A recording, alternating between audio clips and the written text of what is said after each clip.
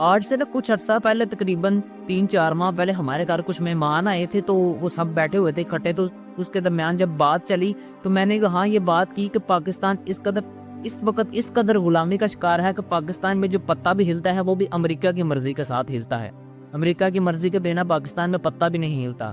تو یہ بات ان کو بہت بری لگی، کیونکہ شاید وہ کسی ایسی پارٹی سے تعلق رکھتے تھے کہ جو ان کی حکومت میں تھی، تو ان کو لگا کہ یار یہ ہمارے خلاف بات ہو رہی ہے، اور انہوں نے پھر اس کو ایک مذہبی رنگ دینے کی کوشش نہیں کی۔ حالانکہ میرا خود مذہبی گھرانے سے تعلق ہے، مجھ سے بہتر کون جان سکتا ہے، لیکن انہوں نے کوشش کی کہ کسی طرح اس کو جو ہے نا، تو میں خاموش ہو گیا۔ پھر میں نے کہا اچھا نہیں لگتا بات کرنا۔ لیکن کل میں نا بیٹھا ہوا تھا، تو میں ایسے ہی موبائل یوز کر رہا تھا، تو خواجہ آصف صاحب کی ویڈیو سامنے آئی میرے۔ آپ یہ پہلے ویڈیو دیکھیں کہ خواجہ صاحب کیا کہہ رہے ہیں اس میں۔